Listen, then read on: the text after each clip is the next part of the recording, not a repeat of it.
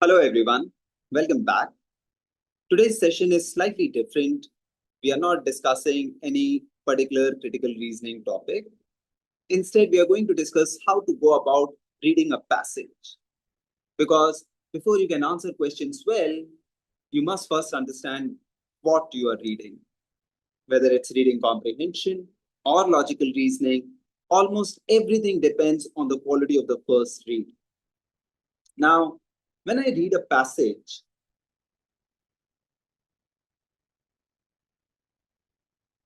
I have two very clear objectives. I read the passage for its why, and I read the passage for what. Now, why answers my understanding of the structure of the passage. Why has the author written this passage? Is it to argue for a position? Does the author believe in something, has stated his or her position, and then defending it? Is it why this passage is written? Or is the author informing us about something, much like a news piece? Or is the author analyzing an issue, taking a deep dive and making us understand the good things and bad things of a certain issue? Or explaining a concept, much like a chapter on supply and demand in your economics textbook? Is the author out there to explain it to us, a certain phenomenon or a certain concept? Or is this passage just written to express emotion? The author is angry at something. The author is really happy about something.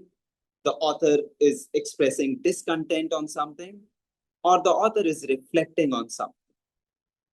So this why will help me understand the what of it.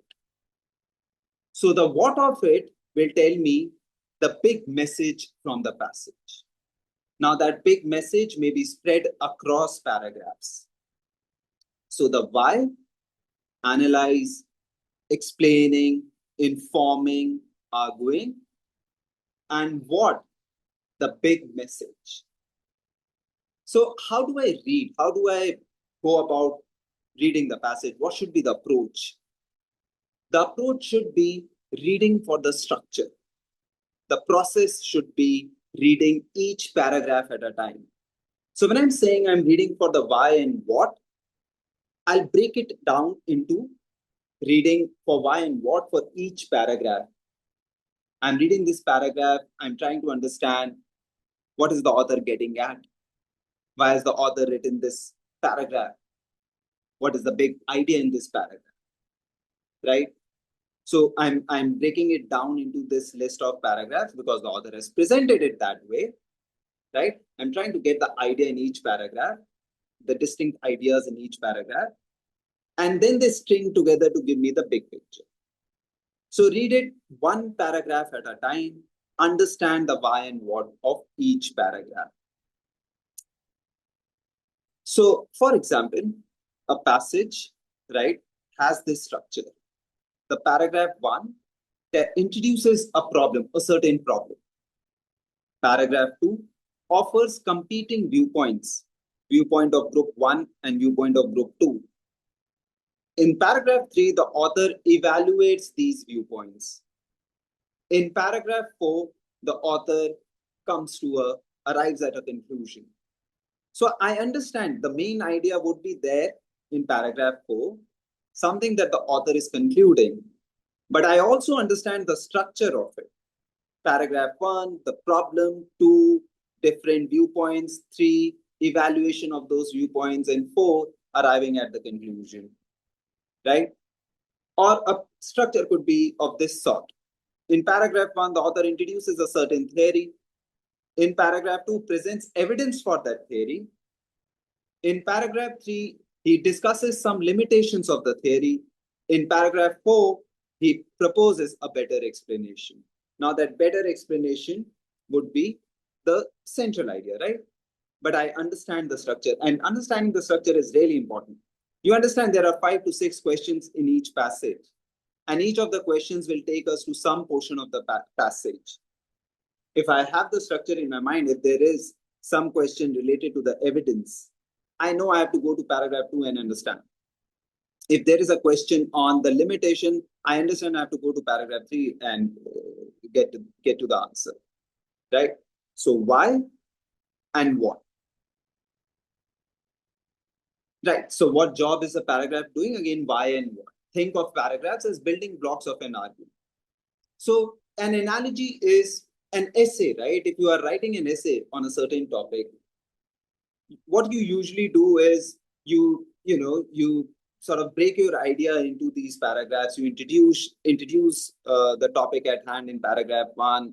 You discuss the main argument in paragraph 2, and then you in paragraph 3 probably you are ending it. You are arriving at a conclusion.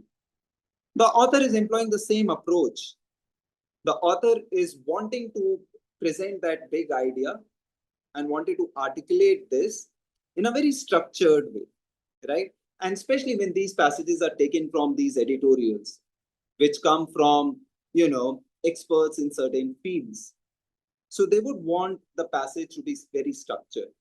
So they will be, building up their argument through these paragraphs, right?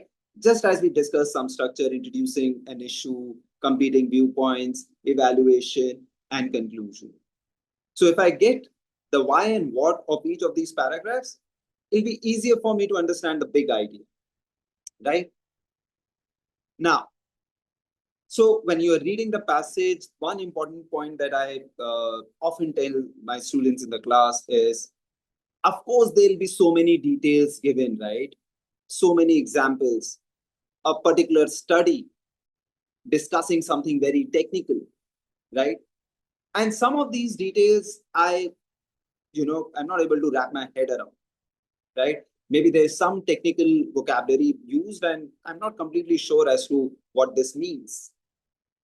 So the idea is when you are reading this passage for solving multiple choice questions, right, in an RC format or logical reasoning format, you don't really have to master all the details and especially not memorize them, right? You come across a detail like some Professor Richard Thaler argues something, or a study conducted by Oxford University, and then there is this complete detail of the study, right? The way to go about these details, the way to go about these examples is to understand what is the point that the author is trying to drive home. With this study, the entire detail of the study is presented, the entire example is presented, the entire discussion of the committee is presented. But why? What is the big idea the author wants to drive home? So we are looking at proving what point. This detail is there, this example is there, proving what? Or providing context to what? Right? Then, of course, the importance of structure we discussed, right? The importance of structure when I understand how this passage is structured, right? Paragraph 1, it talks of theory. Paragraph 2, it talks of the evidence, and paragraph 3, the limitations. If there is a question on limitations, it would be easy for me to understand. I have to go to paragraph 3 and get to the answer. If it is a question on the evidence, since I have the structure imbibed in my brain, right, it'll be easy for me to understand. I have to go to paragraph 2 and find the answer for this question. So read for the big idea, the what, also the why. And while you are reading for what and why, since we are breaking it down into paragraphs, you'll imbibe the structure, you will understand the structure. One last point before we solve a passage together today is when you are reading these passages, right, read with the right mindset. The point being, when you're reading these passages, on many occasions, people are reading them under the impression that the author is out there to make their lives hell. The author has written this passage using such complicated language because the author is trying to confuse us, because he wants the questions to be difficult. So let me tell you this, right? The author of the passage has got nothing to do with the question maker who's setting questions on the passage.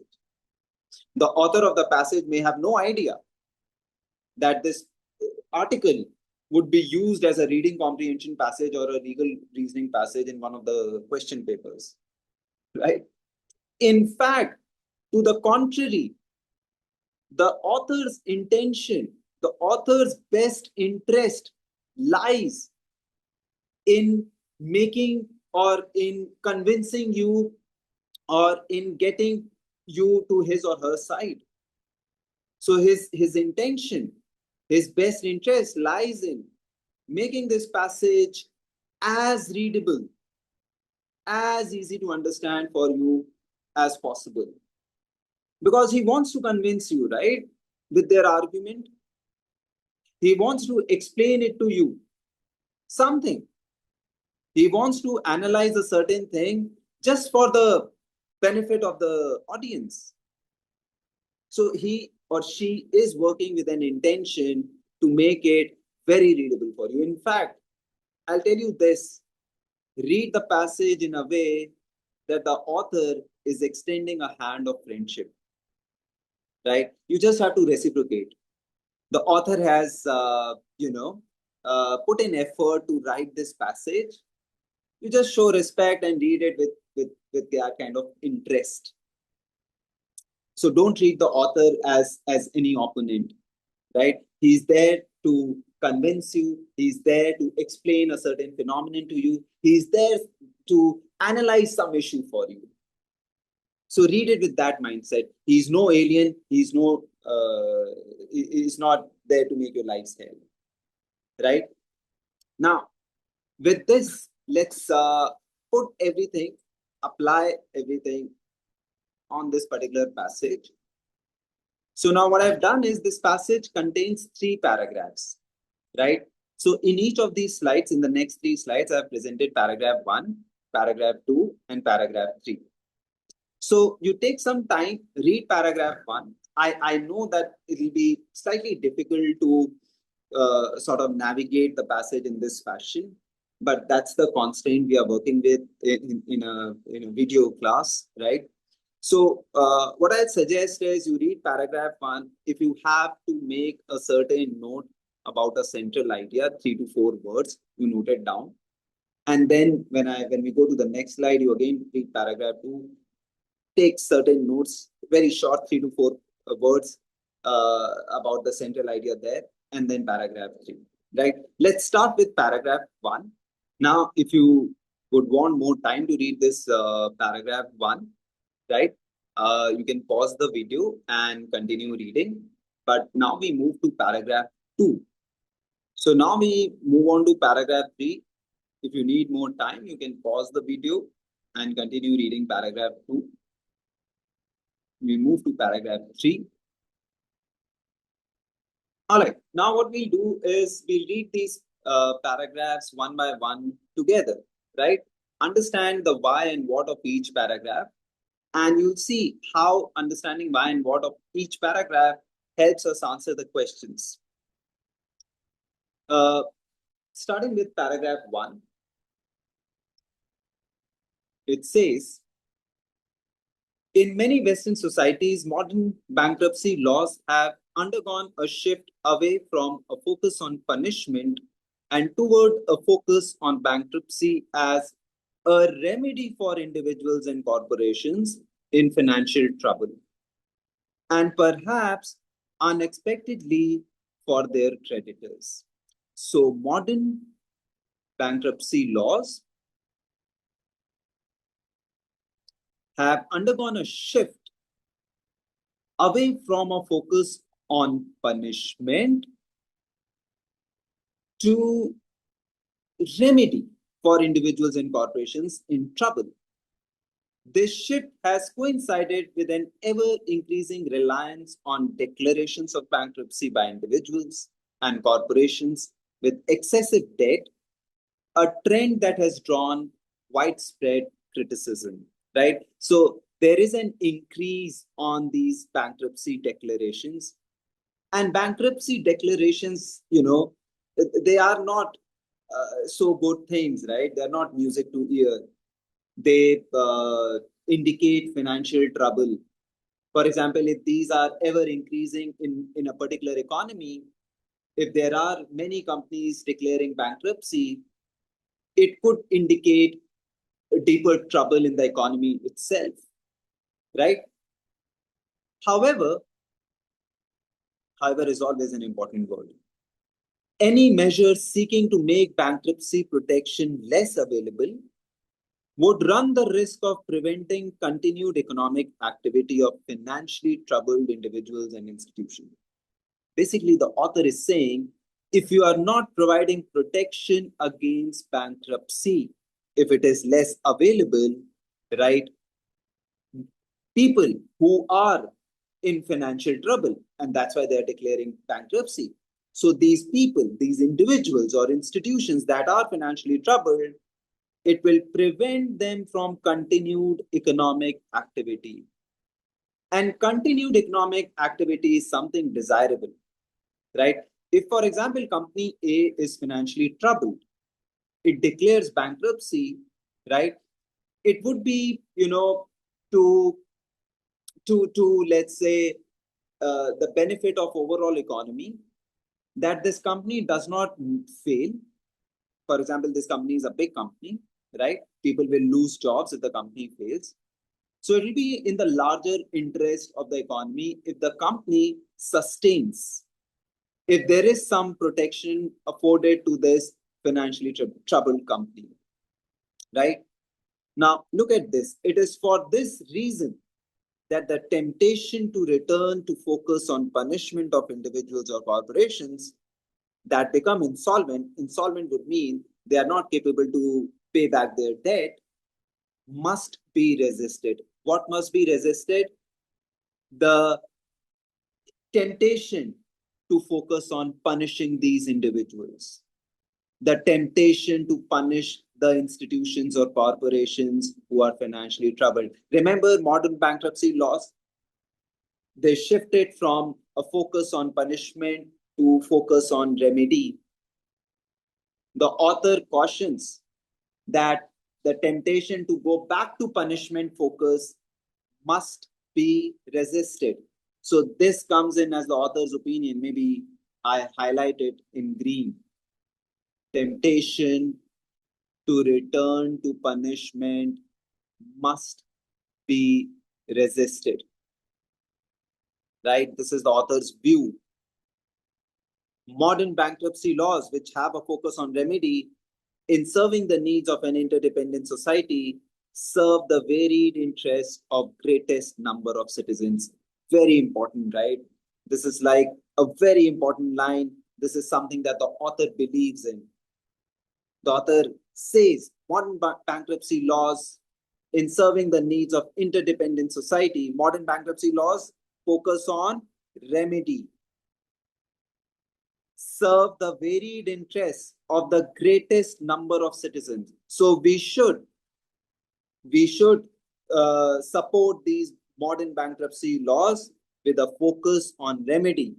We must resist the temptation of going back to punishing or to that focus laws that focus on punishment, right?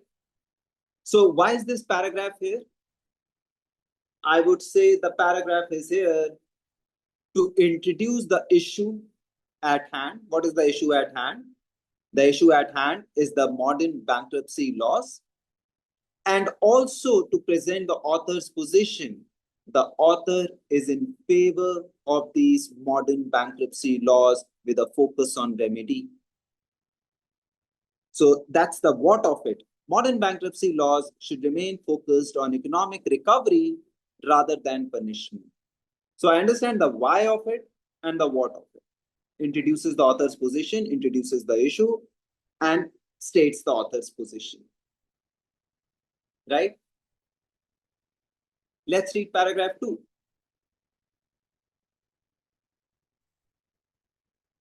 The harsh punishment for insolvency. Again, insolvency is your inability to pay off your debts. The harsh punishment for insolvency in centuries past included imprisonment of individuals and dissolution of enterprises. and reflected society's beliefs that accumulation of excessive debt resulted either from debtors' unwillingness to meet obligations or from their negligence. So now in paragraph 2, the author dwells on what used to be the case, right? In the past decades, in the past centuries, how was insolvency addressed? Not the modern bankruptcy laws, the past bankruptcy laws. They were focused on punishment. So either, right, the persons included, the individuals included, they would face imprisonment or a dissolution of enterprises. Everything would be sold off. All assets of the company will be sold off. The company would cease to exist. It won't be able to continue economic recovery, or it won't be participating in economic activity. It ceases to exist. Everything is sold off. So the individuals are imprisoned, the company is shut down. Everything is sold off. That was earlier. So insolvent debtors were thought to be breaking sacrosanct social contracts. They were treated as people who have done bad things, almost like criminals. Placing debtors in prison was considered necessary in order to remove from society those who would violate such contracts and thereby defraud creditors. So they were almost treated as outlaws. They were immediately imprisoned. It was considered necessary because they were breaking sacrosanct social contracts. They were committing crime. But creditors, and this is an important point, but creditors, those who give them the debts, right? Creditors derive little benefit from imprisoned debtors. And you can imagine that, right, everyone? So if you have given a loan to somebody, right? For example, you are a creditor and they have failed to pay back and now they are imprisoned, right? You can only feel good about it that, this guy is in jail now. But is this accruing any economic benefit to you? What are your chances of getting the money back? Zero, right? The person is in jail or the company has shut down, right? So they would derive little to no benefit, unable to repay even a portion of their debt. And that was the problem with this system, with these laws. And if the entity to be punished is a large enterprise, for example, an auto manufacturer, its dissolution would cause significant unemployment and the disruption of much needed services. And imagine, right, this is a big company employing thousands of people. It has failed to pay its debt back. You have shut it down. You have sold off its assets. You have imprisoned some people, the top management, let's say. Do you derive any benefit out of it, let's say as creditors or even as economy at large? People are unemployed. On the other hand, if you had allowed this company, right, some protection against bankruptcy, maybe this company survives, sustains, people don't lose their jobs, and creditors have a better chance at getting their money back. So paragraph 2, the why of it, explains why the traditional punitive approach is ineffective. It discusses the punitive approach, right? The earlier approach, why it was ineffective. What? The idea? Punishing insolvent individuals and businesses harms both debtors and society. It harms both, right? Serves no purpose, is of zero benefit. So we understand paragraph 1 very quickly again. Introduces the issue and the author's position. Paragraph 2 explains why the traditional punitive approach is ineffective. And paragraph 3, right? And you may have already guessed it, but let's read through it. Modern bankruptcy law has attempted to address the shortcomings of this punitive approach. Now it elaborates on the modern bankruptcy law. It says it has attempted to address the shortcomings of the punitive approach and then explains how and why, right? Two beliefs underline the shift: that the public ought to be paramount in considering the financial insolvency of individuals and corporations. Firstly, public good should be paramount. What is good for the public at large? Shutting down of this corporation or continuity of economic activity? What is because you'll have to place public good right on top.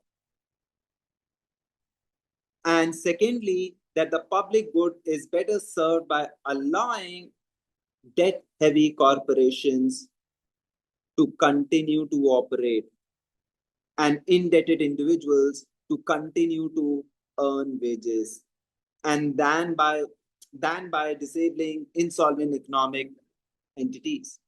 So the best interest lies in allowing these corporations and individuals to continue doing what they are doing, generate incomes and generate employment.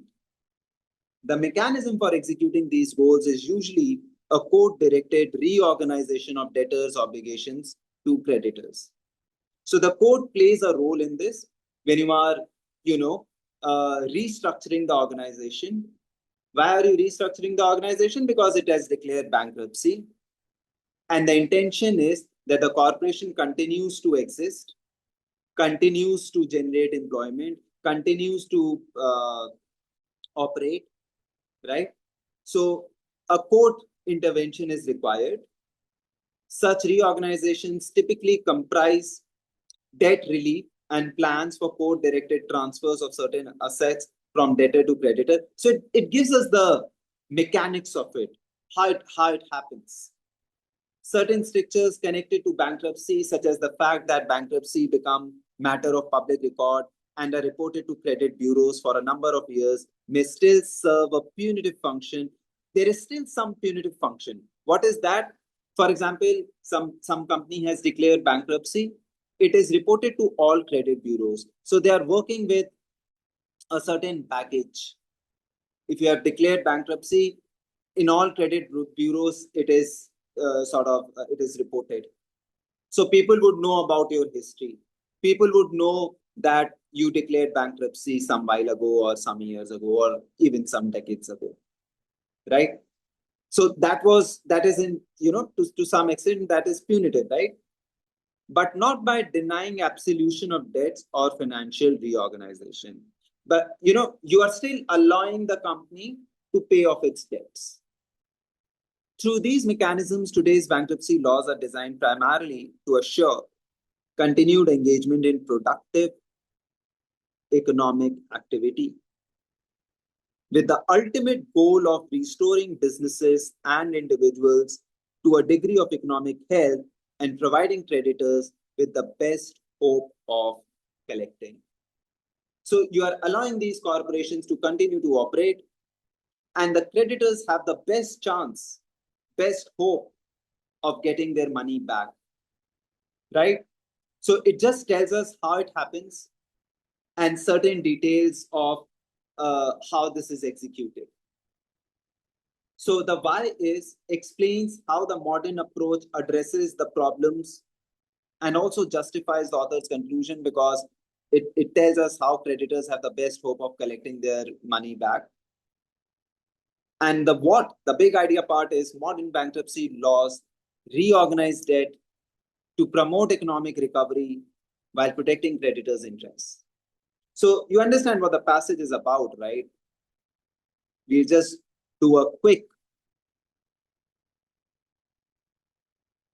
back and forth, right? So para 1, modern bankruptcy laws should remain focused on economic recovery rather than punishment. Paragraph 2, punishing insolvent individuals and businesses harms both debtors and society at large. Third, modern bankruptcy laws reorganize debt to promote economic recovery, good thing, while protecting creditors' interest, again a good thing, right? So I have been able to understand the big idea here. And immediately follows is the question: which one of the following most accurately expresses the main point of the passage? Right. So what I'll suggest is when I'm doing these questions, maybe I'm doing this uh, rather quickly. So you solve these questions. Now that you have read the passage, you've understood the central idea. You solve these questions as you go along. So pause the video before at every question, and then solve it, come to an answer, and then resume the video. Okay. Option A: the modern trend in bankruptcy law away from the punishment and toward the maintenance of economic activity serves the best interests of society and should not be abandoned. Yes, the author has clearly taken a side. The author is completely in favor of modern bankruptcy laws, away from punishment and continuity of economic activity. And according to the author, also it serves the best interests of society. Option A is good. We'll just keep it. Option B: bankruptcy laws have evolved in order to meet the needs of creditors who depend on the continued productive activity of private citizens and profit-making enterprises.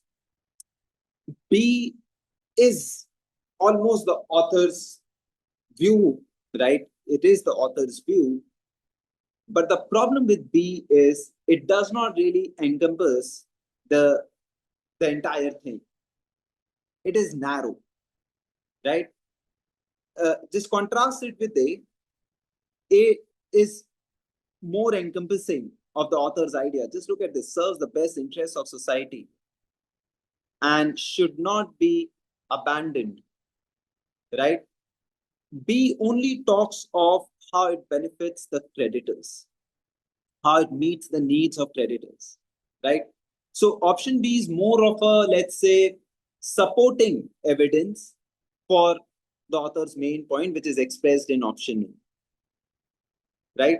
Needs of creditors is a narrow point. It helps continuity of operations and it helps society at large, because continued economic activity, right, is beneficial to society at large, right? So B, A is a better option, so we let go of B. C, modern bankruptcy laws are justified on humanitarian grounds. Humanitarian grounds, that's not discussed. It's good for the social well-being, but humanitarian grounds is something different. Even though the earlier punitive approach was more economically efficient, the author has not made this point. In fact, the author will contradict this, that the punitive approach was economically efficient. In fact, the author would say the modern bankruptcy laws are economically efficient. So C can be eliminated easily. D, punishment for debt no longer holds deterrent value for debtors and is therefore a concept that has been largely abandoned as ineffective. Now, again, the author does call this punitive approach an ineffective one, but the reason is not that this punishment for debt does not anymore act as a deterrent, right? The author is not making this point that punitive approach se log deter nahi hote, right? The author is not making this point. So D also is unsupported.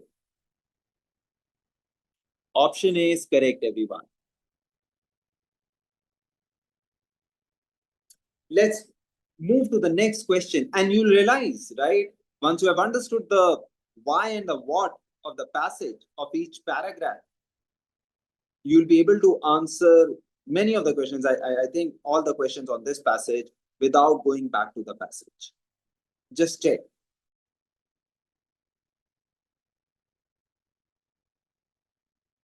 Question number 2, you can pause the video, attempt it yourself, and then resume. Okay, the author's attitude toward the evolution of bankruptcy law can most accurately be described as? How did the author view the evolution of bankruptcy law, the shift from being a punitive, from having a punitive approach to a remedy approach in a good light, right? In a positive way. A, approval of changes that have been made to inefficient laws. Approval is the right, correct word here. He approves of the changes that have been made from punitive to remedy. So A is good. B, confidence that further changes to today's laws will be unnecessary. The author is not making any such point.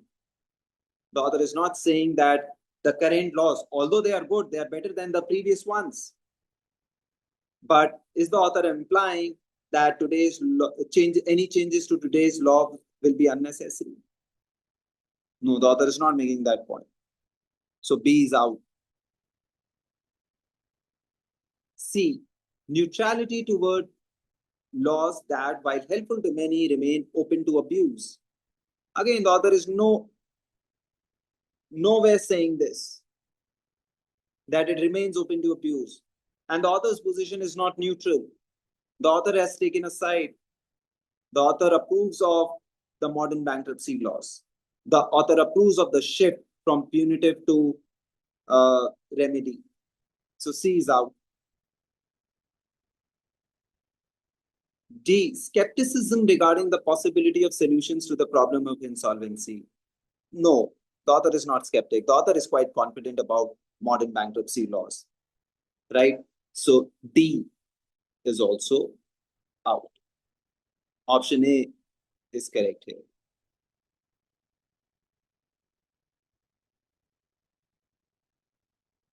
Let's do the next one.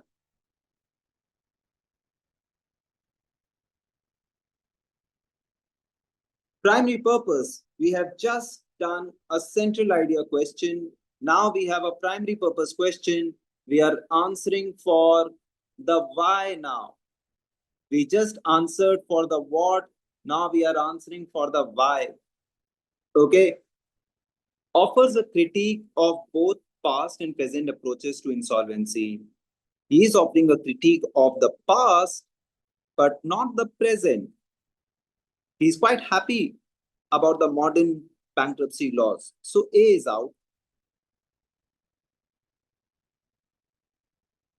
Compare the practices of bankruptcy courts of the past with those of bankruptcy courts of the present. Right, the author may have been making some comparison, right? Maybe the approach in the past was of, imprisonment and shutting of these companies, dissolution, and current approach is, giving them the time, the opportunity to pay back. But then comparison itself is not the end goal. That comparison is directed at driving home the point. The point being, we just answered that central idea question, that modern bankruptcy laws are good, are better.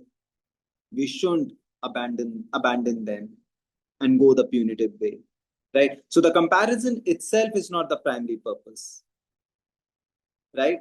The author is defending his position, is arguing in favor of bankruptcy laws.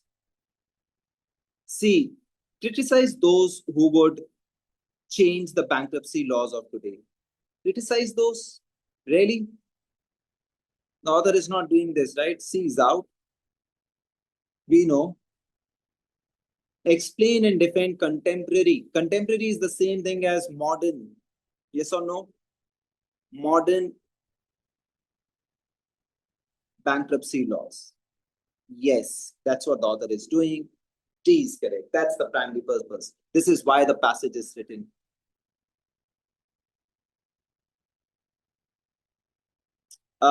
Let's go to question number 4. And in the past 3 questions, we didn't feel the need to go back to the passage, right? Let's see if you could answer question 4 also without going back to the passage. All right, the information in the passage most strongly suggests which one of the following about changes in bankruptcy laws. All right. A says bankruptcy laws always result from gradual changes in philosophy, followed by sudden shifts in policy. I don't think we have support for this statement in the passage, right? Sudden shifts in policy and gradual changes in philosophy. And always, the author is making no such generalized claim, right? So A is out. The author is only talking of one shift that has happened from punitive to remedy. B. Changes in bankruptcy law were initiated by the courts and only grudgingly would mean unwillingly, adopted by legislatures. Okay? Nothing. We can't infer this. No support in the passage. C. The adjustment of bankruptcy laws away from a punitive focus was at first bitterly opposed by creditors. Again, we don't have support for this, right? That it was initially bitterly opposed by creditors. It may look good, by the way, right? If I don't clearly remember, let's say, uh, how the passage was structured and the important points, we could be led into believing that, it may have been bitterly opposed, right? Because they can't see the people who have not paid their money back roaming free, right? But nothing of that sort is given in the passage. And the author, right? The author believed in this, and the author also demonstrated that it's to creditors' benefits actually that the individuals are not behind bars or the companies are not shut down. Continuity of operations is in their best interest, right? But yeah, for C, we don't have any support from the passage. That leaves us to D. Bankruptcy laws underwent change because the traditional approach, what was the traditional approach? Punitive, right? Proved inadequate and contrary to the needs of society. And this is something the author believes in, right? That the earlier bankruptcy laws were not adding any benefit, at least the economic benefit, right? People were behind bars or the companies were shut down, their assets liquidated, right? So it was not serving any meaningful purpose. So yes, the traditional approach was inadequate. That is something the author not only states, but also demonstrates. So option D is correct here.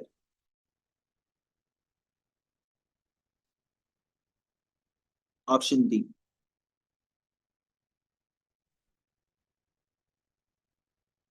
And we have one last question on this passage, question number 5. It is a weekend question. Let's do this one. All right. So which one of the following, if true, would most weaken the author's argument against harsh punishment for debtors? A. Extensive study of the economic and legal history of many countries has shown that most individuals who served prison time for bankruptcy subsequently exhibited greater economic responsibility. Now, it may look like weakening the author's argument. They are saying that serving prison time subsequently exhibited greater economic responsibility. It did some good. But did it help creditors get back their money?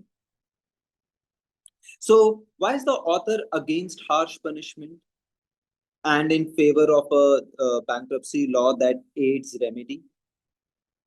Because the author believes that if we allow for remedy, the corporations continue to operate, they continue to generate employment, and they have an opportunity to pay back. But if they are imprisoned, if the individuals are imprisoned, they would not be, obviously, they would not be able to pay back the debt that they had taken. So even though if they exhibited greater economic responsibility, it did not serve the goal, right? It did not let the creditors get back their money. And now maybe, they are not as economically active. It just says they are showing greater economic responsibility. It does not tell us that if they are engaged in, in an economic activity in that sort of way, right? Maybe they're showing greater economic responsibility, doing something that adds little to the economy at large, right? Also, greater economic responsibility does not really mean that they won't be inclined to default, right? Greater could mean greater only by a whisker, right? So, to what degree also it's not mentioned. But more importantly, it does not tell us whether these individuals are in a better position to pay back the debt. Are they in a better position to resume economic activity of at similar levels as before? Right? That was the author's reasoning. A is not addressing that. A is not correct.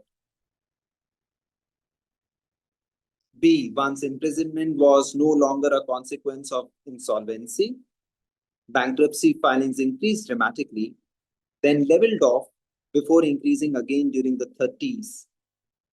It tells us that because imprisonment was no longer a result of insolvency, bankruptcy filings increased dramatically. Again, that would look like going against the author's contention against harsh punishment. But we are not sure if increase of bankruptcy filings necessarily is bad for economy. For example, companies, you know, there is a company or a group of companies, they are in bad financial shape, right? They think they are not able to sustain, right? And they are declaring bankruptcy because it has become more friendly, right? And it has become more accommodating. So they are ready for a restructuring, and they are ready for the repayment of debts in a new restructured manner. So bankruptcy, if the increase in bankruptcy filings would have been bad had it been a punitive approach, right? But now with the reorganization of the restructuring of the company or the corporation, it does not necessarily tell us that it is overall bad for the economy. Maybe it is good. The companies that are suffering, the companies that are in bad financial shape, they have a chance to restructure themselves. They have a better chance to pay off their debts. So increase in bankruptcy filings, as I said, does not necessarily weaken the author's point against punitive approach. So B is also out, but two very attractive choices up front. Maybe we are keeping them in contention till we get a better option. C, the court ordered liquidation of a large and insolvent company's assets, threw hundreds of people out of work, but the local economy nevertheless demonstrated robust growth in the immediate aftermath. Option C is, a nowhere option, right? On the one hand, it says court order liquidation, right, through hundreds of people out of work. And it is only one instance, so we don't know how it affects larger social good. And also it says local economy nevertheless demonstrated robust growth, right? So on the one hand, hundreds of people lost their jobs. On the other hand, it demonstrated robust growth. We don't know which way it cuts. We don't know whether it strengthens or weakens, right? So C is a neither here nor there option. So C is out. D, countries that continue to imprison debtors. Remember the punitive approach? enjoy greater economic health than do comparable countries that have ceased to do so. Now, this clearly attacks the author's argument against harsh punishment. If we are comparing countries, right, one that have this provision of imprisoning debtors to the countries that have, that are not continuing to imprison the defaulters, and the countries with this provision are doing much better. They enjoy greater economic health. So we can't say that punitive approach is bad for economy, right? Overall. So D weakens the author's claim, the author's argument. D, Delhi is correct. So even if I were confused somewhat with A or B, D is a clear winner. Option D is correct. So did you realize that we were able to solve these questions 1 to 5 without feeling the need to go back to the passage, right? We were just working with that big idea. We were just working with the whys and whats of the 3 paragraphs, right? We'll continue solving passages in the next few sessions, right? Now that we have covered a lot of critical reasoning topics in the past few weeks, we'll do some passages together, right? So keep in mind, when you're reading the passage, understand the why, analyze, explain, inform, and understand the what, the big idea, right? Solving questions will become easier. All right, I'll end it here and I'll see you in the next session very soon. Take care until then. Bye-bye.